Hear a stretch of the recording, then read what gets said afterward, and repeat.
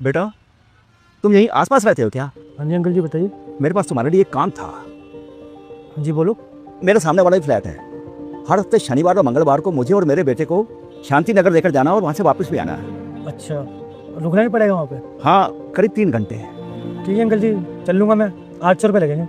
बेटा मैं 500 रुपये दे पाऊँगा। अंकल जी 500 रुपये में तो नुकसान होगा ना मेरा। अब देखो रुकना भी होगा मेरे को, है मेरा पूरा दिन निकल जाएगा। 700 से कम में नहीं चल पाऊँगा। बेटा मान जाओ, मैं 500 रुपये ही दे सकता हूँ बस।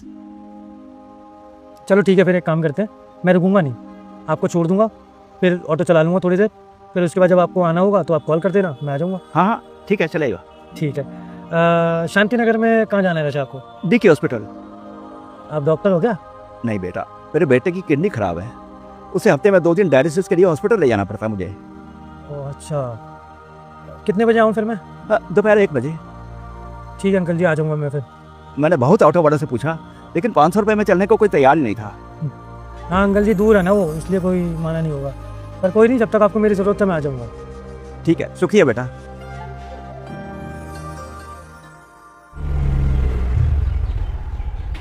ये लीजिए अंकल जी,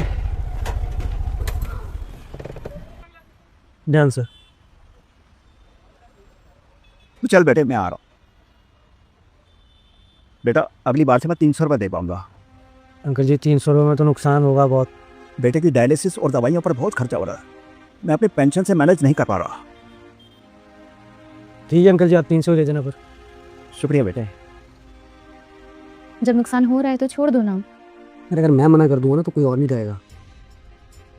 और अंकल जी की सिचुएशन ऐसी है कि क्या ही बोले, उनका सारा पैसा उनके बेटे के इलाज में खर्च हो रहा है। उनका बेटा बचेगा भी या नहीं? चांसेस तो बहुत कम है यार। पता है अंकल जी का कोई और है भी नहीं, खुद अकेले धक्के खाते रहते हैं हॉस्पिटल में। कितनी बार तो मुझे बैठना पड़ता है उनके साथ ताकि उनको हिम्मत दे सकूँ। समझ नहीं आ रहा यार, क्या करूँ क्या ना करूँ। मत छोड़ो, कुछ चीज़ें पैसों से बढ़कर होती हैं।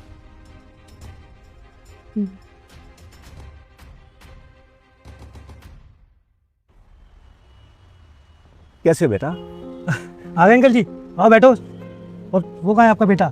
वो तो बेटा 3 दिन पहले दुनिया छोड़ के। क्या बात कर रहे हो अंकल जी, और आपने मुझे कॉल क्यों नहीं किया? तुम्हें बताकर भी क्या करता बेटा, उसका जाना लिखा ही था। और भी अंकल जी आपको बताना तो चाहिए था ना मुझे। माफ़ कर देना बेटा, अब तुम्हें आने की ज़रूरत नहीं होगी। तुमने मेरे लिए बहुत नुकसान झेला है, अब और नहीं झेलना पड़ेगा। बहुत मदद की है तुमने मेरी। मैंने तो तुम्हें कभी रुकने के लिए बोला भी नहीं था, और फिर भी तुम रुके ताकि मैं अकेला ना पड़ जाऊँ। तुम्हारा जितना भी शुक्रिया करूँ कम है बेटा। अंकल जी क्या बोल रहे हो आप, छोड़ो ये सब। बहुत अच्छे इंसान हो तुम बेटा, भगवान तुम्हें सारी खुशियाँ दे।